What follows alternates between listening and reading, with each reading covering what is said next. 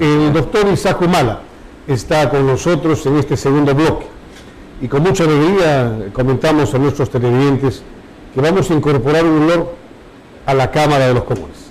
Va a ser un honor, doctor Humala. Ya, muchas gracias, con todo gusto. Vamos a iniciar un ping-pong y en su caso un squash, un frontón de preguntas cortitas y respuestas cortitas. Nos ha hablado usted de la historia. ¿Cómo ve el presente del Perú? Una crisis moral extrema. ¿Crisis moral por qué? Porque el elemento humano es lo que está fallando. Porque con la peor ley, si el hombre es bueno, gobierna y se maneja bien. Y si es malo, perverso o maleado, nulo moralmente, entonces con la mejor ley camina mal. El presidente Ollanta Humala ha sido destacado como el estadista del año en Canadá. Una ironía, no viene al caso, no me explico por qué. Debe tener algún fin maligno. El ministro Castilla es el mejor ministro de Economía de América Latina. Yo lo he tratado, si es inteligente, un perverso. ¿No? ¿Por qué? Porque no sabe de economía. Por ejemplo, ha hablado sobre el salario mínimo, no tiene la menor noción, porque el salario mínimo dice que es dañino, no ha leído el Capital. El salario mínimo corrige el mecanismo perverso del 47% de los ricos de Inglaterra, porque son capaces de hacer trabajar gratis. Aya de la Torre. Un idealista moral modelo, porque cuando fue presidente del Congreso no quiso cobrar y tuvieron que obligarle que para figurar en planillas figure aunque sea con un solo. Todo lo contrario a Alan García. Todo lo contrario.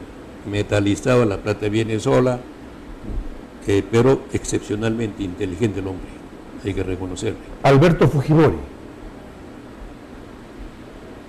Un hombre falso,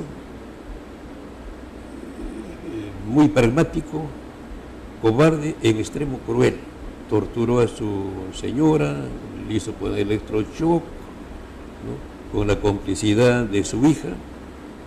Una familia abominable. Vladimiro Montesinos.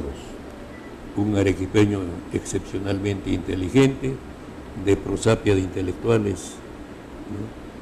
Pero para el mal. Antauro Humala. Hombre muy inteligente, audaz, y que lo tienen guardado, porque si sale puede cambiar la situación.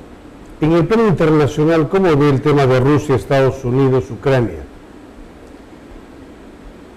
Bueno, hay dos superpotencias, ya se temen, no va a haber guerra atómica, es imposible que se entiendan. Allí lo tiene ganado Putin, o sea, Rusia, porque la posición de Ucrania es un país eslavo y la parte que quiere pasarse a la Unión Europea está en una posición equivocada. Son traidores a su estirpe de eslavos. Y tiene pues también, ¿no? Rusos, ¿no? Ya pasándose Crimea, ¿no? Que es estratégicamente, ¿no? El 60%. ¿No? Entonces ahora Ucrania sin Crimea, ¿no? Es un país de tercera categoría y capaz ni vale ya que la Unión Europea se pelea por ella. O sea, ahí Occidente, la Unión Europea, Estados Unidos, nada tienen que hacer. Volviendo al Perú, doctor Humala, Nadine Heredia, la primera dama. Ya lo dije, ¿no? Borrachera de poder y loca de atar. El futuro del Perú. Brillante. ¿Cómo? Porque el Perú... ¿Con quién? ¿Con quién y cómo? Con el etnonacionalismo. ¿No? Reivindicamos nosotros que el Perú, ¿no? En la antigüedad humana, es una de las 5 grandes potencias, o sea, de las 5 grandes culturas de la especie humana, determinantes de la cultura actual, ¿no? Ha sido descerebrado, porque cuando llegan los europeos se quedan desconcertados ante los andenes, ante los monumentos, el orden, todas esas cosas, ¿no? Y cuando le presentan a los amautas y a los auquis como los artífices de esas maravillas, ellos no podían creer. Dijeron que estos indios son personificación de Satanás, ¿no? Y le aplicaron la ley de Satanás. Venían por esa época, después de haber quemado vivo al Servet, un franciscano que descubrió la circulación de la sangre, y fue quemado vivo en Ginebra, ¿no? Considerando que está poseído de Satán. En cambio, a los amautas los consideraron personificación de Satán. O sea, nos colonizaron no solo geográfica, físicamente, sino, digamos, cerebralmente, emocionalmente, intelectualmente también. ¿Quién nos puede descolonizar? ¿Quién sería el candidato? Nos han descerebrado. ¿Quién sería el candidato que podría revertir esa situación? Los historiadores, los que están buscando, por ejemplo, con las lecturas, yo llego a la conclusión de que de las 5 grandes culturas, las 4 han llegado a concretarse en miles de años, o cientos de miles de años, o millones de años. En cambio, según Bodán, ¿no? el imperio incaico, ¿no? es entre 200 o cerca de 1000 años que se concreta. Entonces, ¿por qué? Porque es obra de la inteligencia. Bodán, el autor, el libro se llama El Imperio Socialista de los Incas, ¿verdad? Pero ¿cómo, quién sería el candidato, en su opinión, del etnonacionalismo que podría competir en las próximas elecciones y tratar de aspirar a la presidencia y desde allí revertir el modelo que usted tanto critica? Bueno, mi esperanza sería, ¿no? Antauro, o más todavía, Imazuma Humalatar. Ya estaba acá. ¿Es su hija mayor? No, la última. La última. Que está en Francia. ¿Qué edad tiene Imazuma?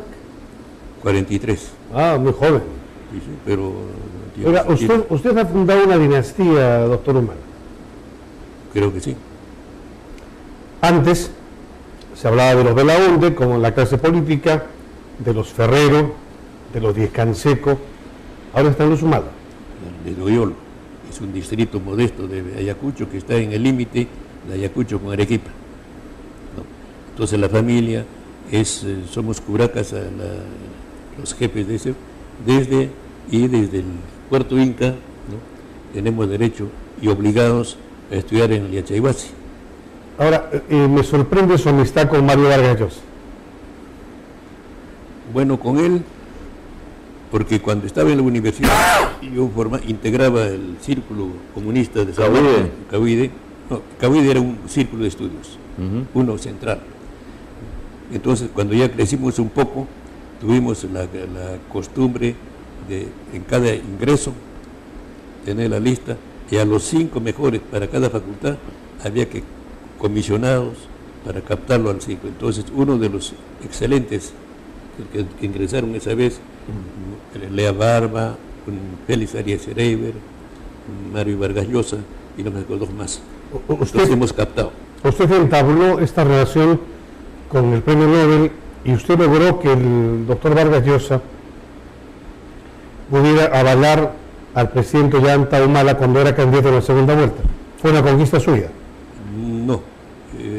Él ha sido captado por acto deliberado de los comunistas en San Marcos de Cachimbito. Bueno, yo me refiero a las elecciones del año pasado. Pero ahora ha avanzado tanto él, es inteligente, entonces en este momento para mí es el portavoz de la aristocracia, de la oligarquía mundial. Vargas Llosa. En consecuencia, él, ¿no? Es representante y actúa según eso, y muy inteligentemente. Pero sí, por eso digo, sin Vargas usted. Llosa, Ollanta no sería presidente. Eso es así. Primera cuestión. Y sin Vargas Llosa ahora no estaría firme. Si Vargas Llosa lo apoya, es la bendición que le está dando lo más inteligente, lo más alto y valioso de la aristocracia mundial que domina el mundo. Incluso él ha dicho, ¿quién está salvando al país? ¿No? Es Nadine, porque Nadine está al lado de él y lo controla. O quieren que esté su padre al lado o su hermano Ulises. Sería la misma.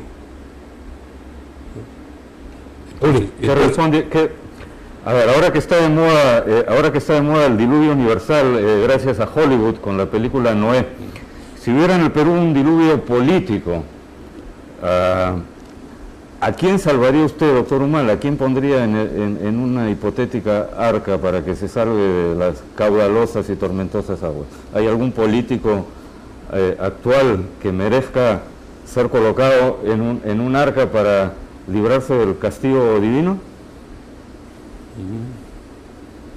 Bueno, sería Imazuma. Imazuma. Antauro no, o también lo metería en el arca. Imazuma, que es más... ¿Sí? El otro es un poco loco, pero a veces estamos locos.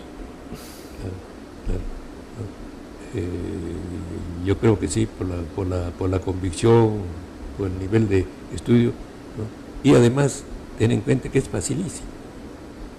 El ejemplo de Evo Morales es contundente.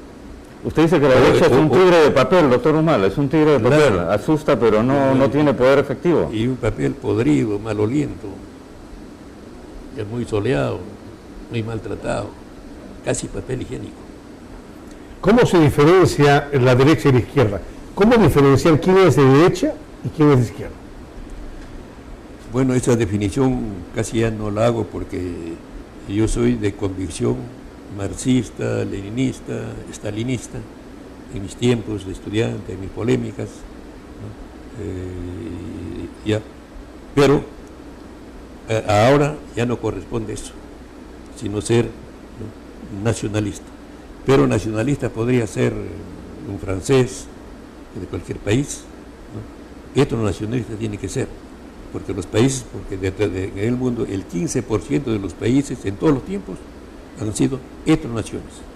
O sea, el nacionalismo basado primero en la sangre, ius sanguinis, después el idioma, ¿no?, después el territorio, ¿no? En cambio, los nacionalismos coloniales, por ejemplo, España nos domina, entonces mata nuestro etnonacionalismo y simplemente nos basta nacer acá, ¿no? Fujimori, por ejemplo, no tiene nada de peruano. Usted habla de peruanos de ADN, y de peruanos de DNI. Claro, ADN. Pero ese es vital. Ese es vital. ¿No considera usted que ese es un elemento o un concepto disociador en un país que se llama o que se supone es de todas las sangres? Eso de todas las sangres no es definido. O sea, es negro, blanco, amarillo, cobrizo y sus variedades. Por ejemplo, lo admirable es el nacionalismo judío de Israel, ¿no? Es disociador, puede que sea, pero, ¿no?, es una virtud. Doctor, usted no necesita un partido político, usted ha fundado una dinastía, tiene en su propia familia varios candidatos presidenciales. Sin embargo, yo lo veo a usted con mucho futuro político, y lo veo nítidamente en el Senado. Bueno, si hay Senado y la edad alcanza, no hay problema. Ahora trato de mantenerme físicamente, juego mi tenis 2 veces a la semana. ¿Dónde juega? A veces gorreo acá, acá, ¿no? Y si no, en el country club. Bueno, y la doctora Elena Tasso ha significado para usted no solo una esposa, sino una compañera. Bueno, cuando yo hablo una cosa o firmo, ¿no?, salga lo que salga, soy fiel a esto, no soy partidario de divorcio, salvo que me cornee. Cuando yo era abogado vienen a consultar un divorcio, entonces la primera vez le pregunto, ¿tu señora te ha traicionado? No, entonces ni pensar. Y continuar con ella, porque puede ser sucia, ociosa, desordenada, lo que es, eso se corrige con el amor, eso se educa. Pero del corneo, como dijo Luis Alberto Sánchez, porque alguien le dijo cornudo, ¿no?, en el Congreso. Entonces el contexto de ser cornudo, el divorcio me salva, pero a ti, de ser hijo de puta, nadie te salva.